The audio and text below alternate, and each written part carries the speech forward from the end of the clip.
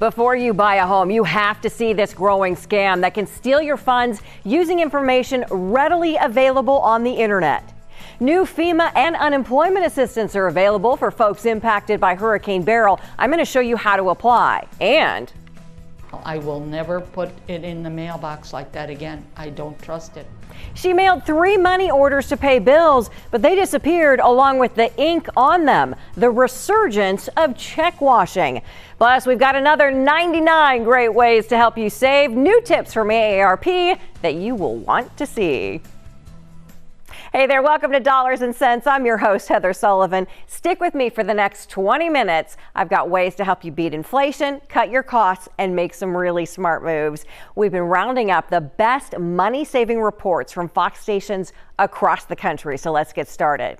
Now, purchasing a home is a very exciting milestone, but a record number of home buyers are falling victim to fraudsters. This is a new scheme you need to see before you buy your next home. Fox's Rebecca Castor explains the alarming trend and what to look out for.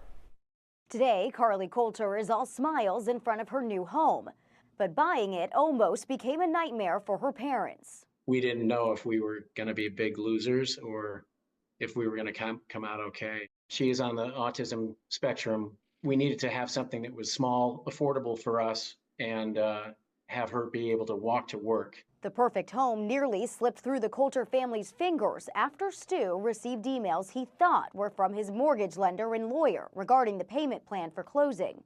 But really, the emails were from fraudsters, jumping in at the last minute to divert $50,000 to a bogus bank account. The biggest fear was, how am I going to scrape together another payment to secure the home? Real estate just happens to be like right at the bullseye of large monies moving, a lot of people communicating electronically, and all the information that you need for the fraud is easy to find publicly on the internet. That's why real estate has become a lucrative target for scammers, with 1 in 20 home buyers or sellers falling victim to fraud last year, and average losses exceeding $70,000. Every minute that goes by gives a fraudster a higher likelihood to move that money into another account or to potentially get it offshore. And once it gets offshore, it's nearly impossible to recover it. Certify ID, a wire fraud protection service, was able to help recover Stu's stolen money. But he wants other home buyers to be aware that scammers are closely watching. I'm getting a little choked up right now because, I think the lesson I learned from it is don't rush things. There's currently no federal law that protects consumers from scams like this. But at a hearing with the Senate Banking Committee earlier this year, reps from consumer groups and financial institutions warned lawmakers the issue is getting worse. In Washington, Rebecca Castor, Fox News. Yeah, scary, isn't it? All right, well, federal aid is now available in 16 counties for people affected by Hurricane Beryl. The aid may cover things like temporary housing, emergency home repairs, and uninsured or underinsured property loss. There are 3 ways to apply. You can register online at disasterassistance.gov, use the FEMA app, or call FEMA. Here's the number. It's 1-800-621-3362. And we have more on how FEMA can help and what information you're going to need to apply. It's all on fox26houston.com. Meanwhile, HEB wants to help you restock your freezer after the power outage. Now through Sunday, the 21st, all frozen food items are 10% off, and that includes ice. The discount will automatically be applied at the register and is good at all HEBs in and around Houston. And if you haven't been able to work due to Hurricane Beryl, you can now apply for disaster unemployment benefits in 17 counties impacted by the hurricane through the Texas Workforce Commission. So here's the information. This is under the Presidential Disaster Declaration that workers and self-employed people who've been unable to work due to damage from the hurricane may be eligible for this disaster unemployment assistance benefit. You can apply online through a link. I've got it on Sullivan Smart Sense on fox26houston.com. Or you can call them up, 1-800-939-6631. Now, applications must be submitted by September 9th, and you do need to specify that your application is related to Hurricane Beryl. Here's why. The deadline has been extended to apply for unemployment benefits from the severe weather in Texas between April and June. Applicants now have until August 15th to apply for those benefits. Now, since Hurricane Beryl just stormed into the Houston area, it seems that scammers have done the same, setting their sights on unsuspecting victims.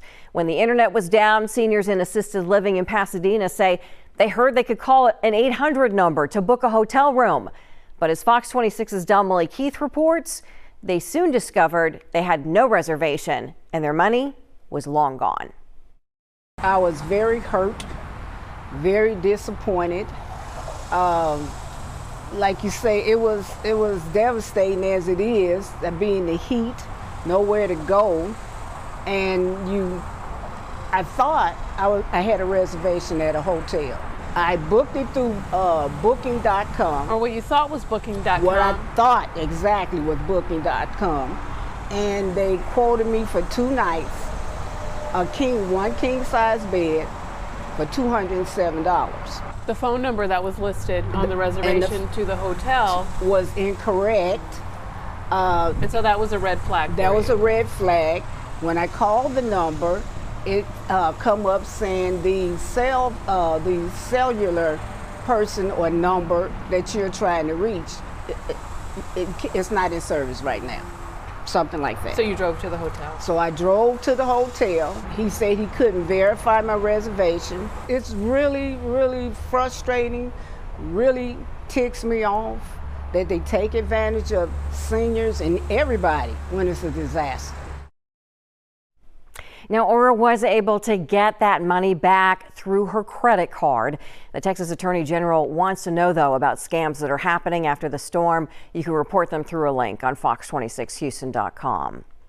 Okay, are you an AT&T customer? Well, you may be one of 109 million impacted by a breach.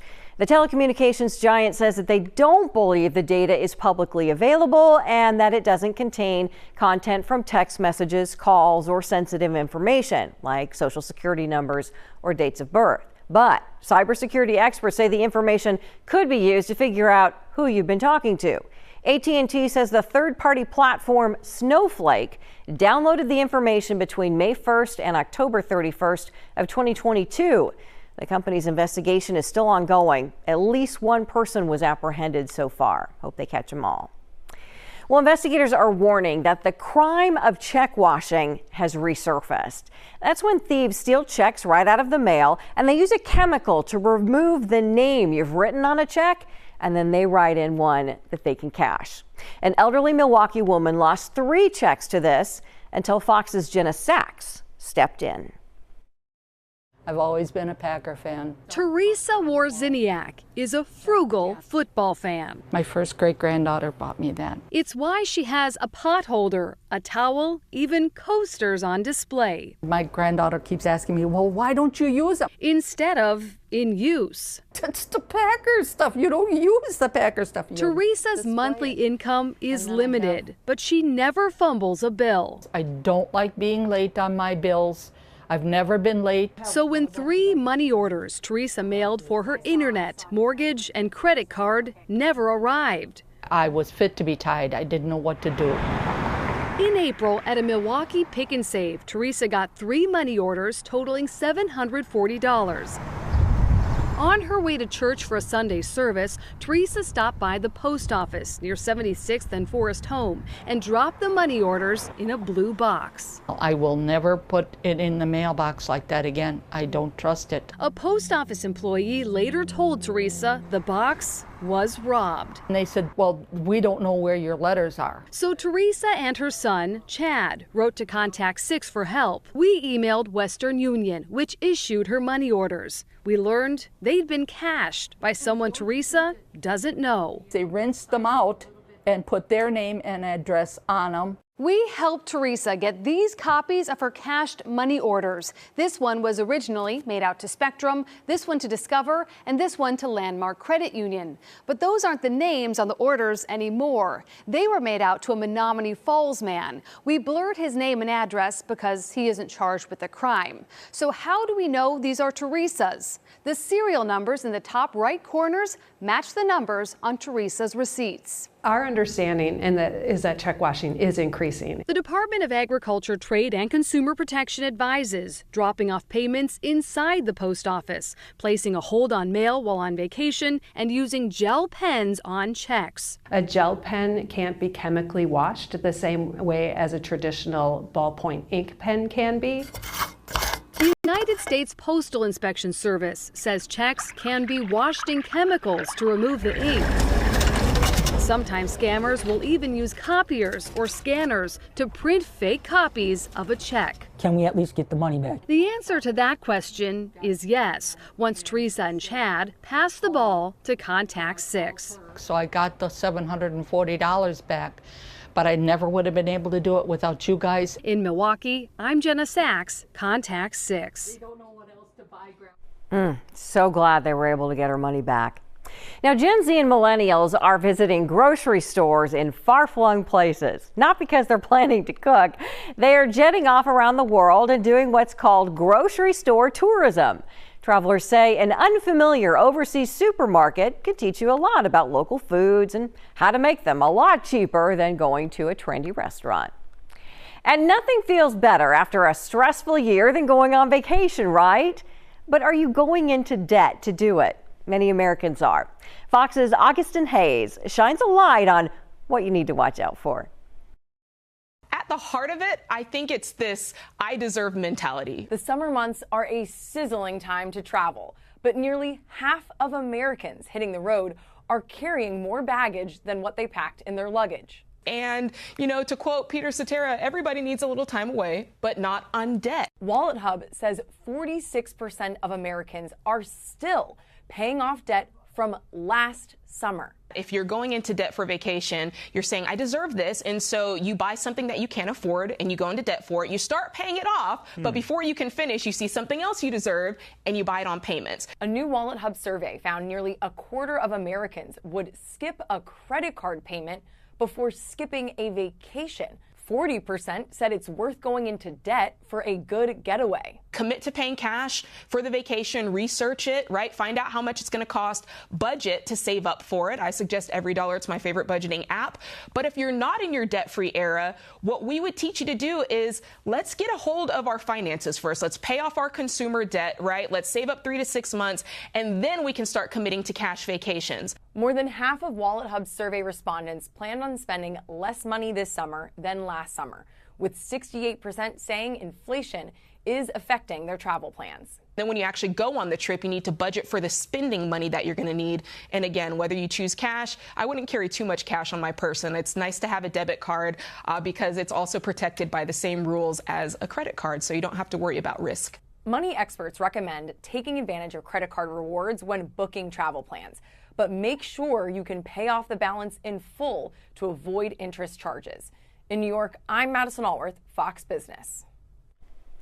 And a study from Bank of America shows that young investors are moving away from traditional markets. Instead, they're using things like crypto to grow their wealth. Fox 35's Eben Brown is hearing from the experts.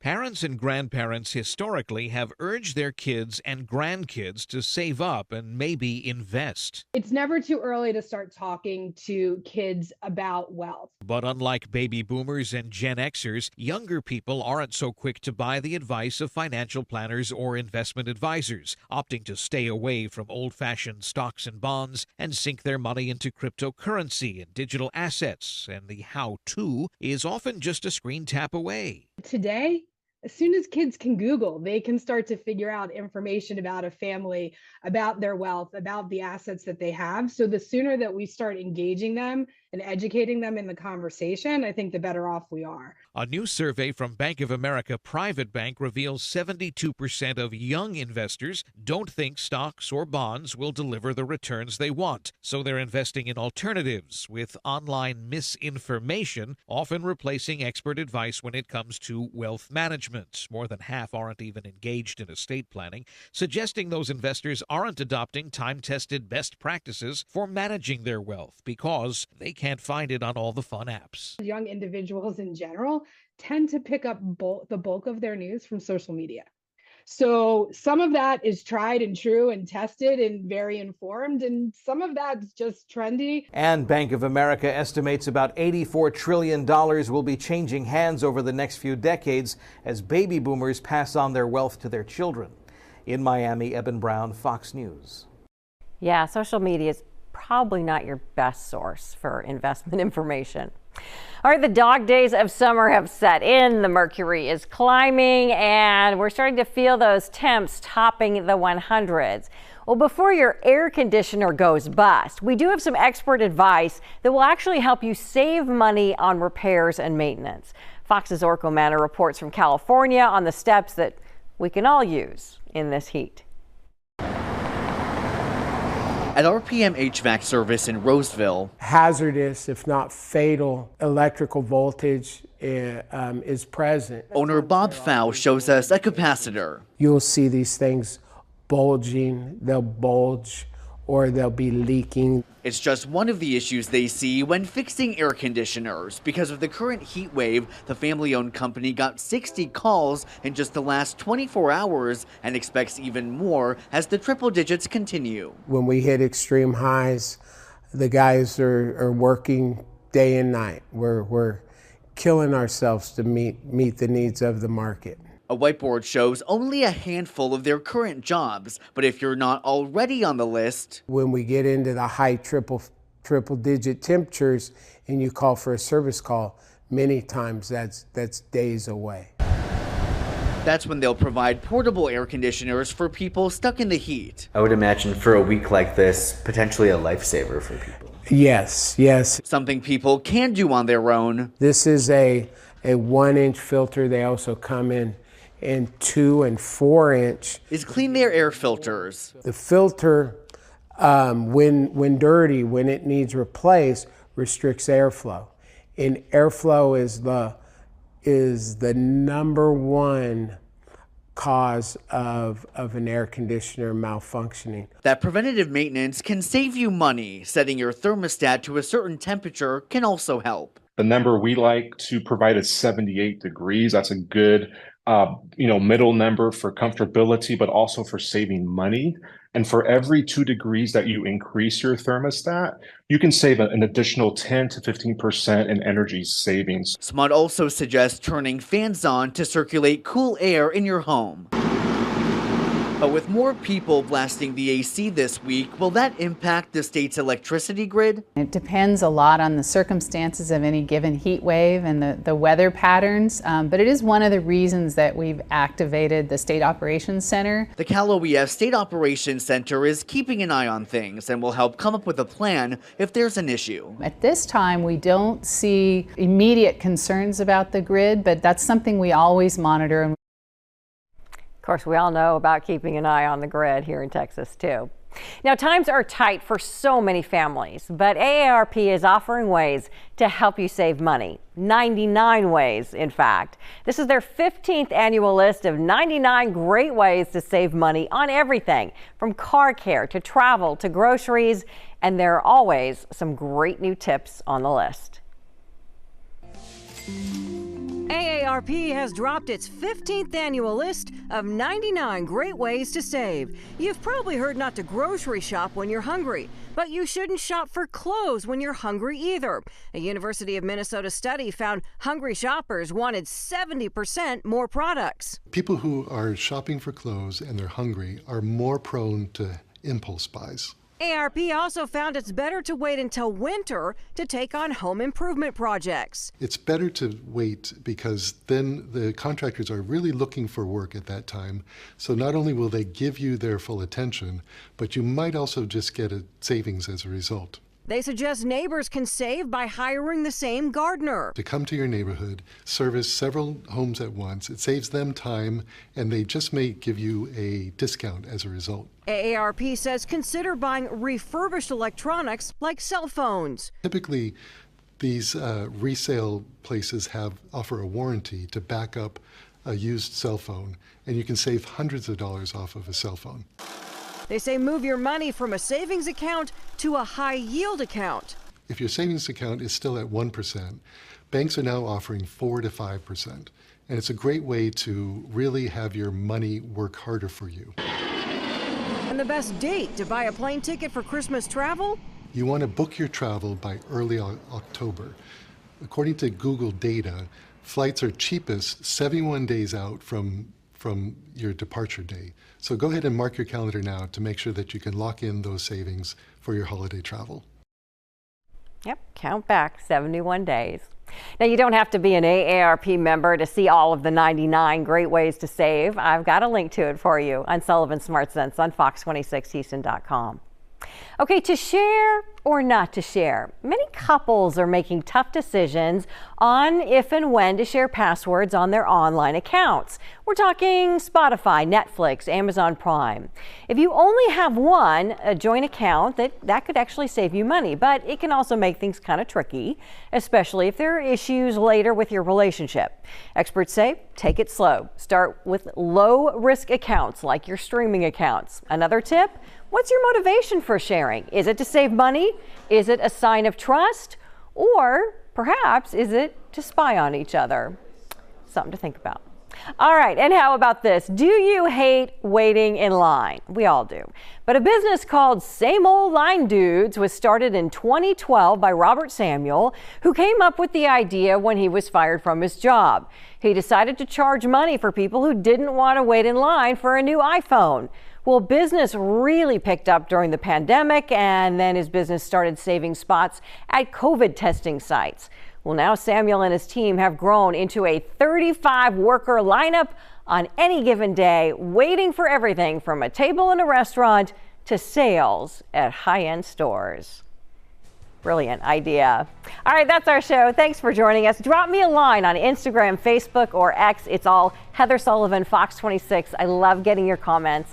And you'll find more ways to save every day on Sullivan Smart Sense on fox26houston.com. And we'll see you next time right here on Dollars and Cents.